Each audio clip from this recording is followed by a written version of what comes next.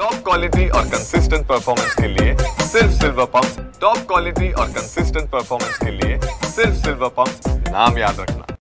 पुण्यातलं त्रिशूळ मंदिर जे आहे ते वर्षातून एकदाच उघडलं जातं आणि पुणेकर मोठ्या प्रमाणावरती त्रिशूळ गणपती मंदिरामध्ये दर्शनासाठी गर्दी करत असतात। सध्या आपण त्रिशूळ मंदिरामध्ये प्रवेश करतोय। सध्या आपण पाहतोय की मंदिरामध्ये आपल्याला पाणी जे आहे ते पाहायला मिळते, कारण वर्षातनं एकदाच हे मंदिर जे आहे ते उघडलं जातं। आपण पाहतोय की या ठिकाणी स्वयंसेवक जे आहेत ते इथं आलेल्या प्रत्येकाला मदत करताना पाहायला मिळतं। आपण पाहतोय की गाभाऱ्यामध्ये आपल्याला पाणी पाहायला मिळते आणि इथूनच पुढे वरती गेल्यानंतर आपल्याला गणपती बाप्पाचं दर्शन होतं। गुरुजींना आपण सोबत घेऊन जाणार आहोत की नक्की या मंदिराची विशेषता काय आहे, याचं वैशिष्ट्य काय आहे। गुरुजी आमच्यासोबत चला।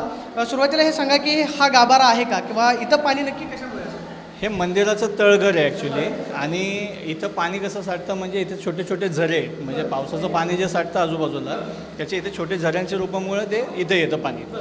असं वैशिष्ट्य याचं वेगळं काही नाही आहे, पण तळघरामध्ये हे वर्षातून एकदाच आपण जे उघडतो भाविकांच्या दर्शनासाठी, ते फक्त त्याचं कारण एकमेव आहे, इथं जी समाधी आतमध्ये दलपतगिरी गोसावी महाराज त्यांची समाधी आहे, त्यांच्या शिष्यांनी म्हणजे भीमजीगिरी गोसावी यांनी हे मंदिर बांधलं आहे।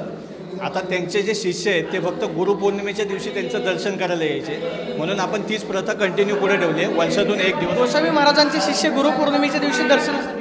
अगदी बरोबर, वर्षातून एकच दिवस गोसावी महाराजांच्या समाधीचे दर्शन घेतो। त्रिशूळ मंदिर याला नक्की नाव? त्रिशूंड मंदिराला नाव कसं पडलं म्हणजे तुम्ही मूर्ती बघितलीच असेल।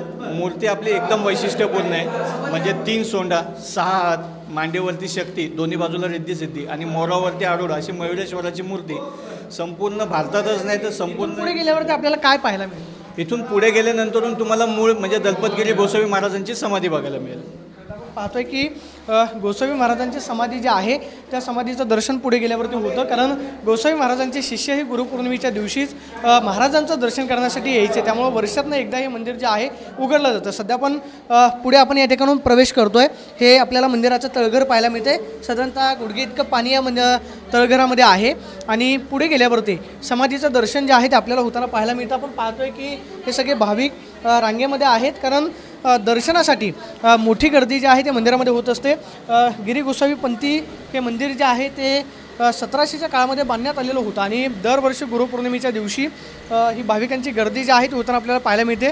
आपण पाहतोय की इथले स्वयंसेवक असतील ते प्रत्येकाला या ठिकाणी मदत करताना पाहायला मिळतात, आणि आपण पाहतोय की प्रत्येक स्वयंसेवक जे आहे ते इथं आलेल्या भक्तांना इथं मंदिरामध्ये गेल्यानंतर दर्शन व्हावं याची व्यवस्थित काळजी घेतली जाते, कारण दगडी बांधकाम जे आहे ते आपल्याला पाहायला मिळतं। आणि आपण पाहतोय की आपल्याला ही पुढे समाधीचं दर्शन जे आहे ते होतं, आणि त्रिशूंड गणपती आपल्याला पाहायला मिळतो।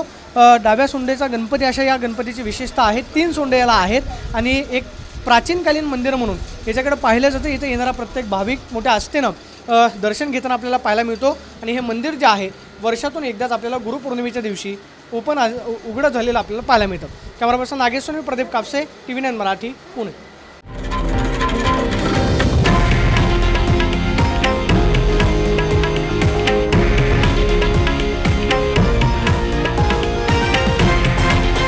हे आहे देशातील नंबर 1 न्यूज नेटवर्क, आणि आपण पाहत आहात TV9 मराठी, एकमेव।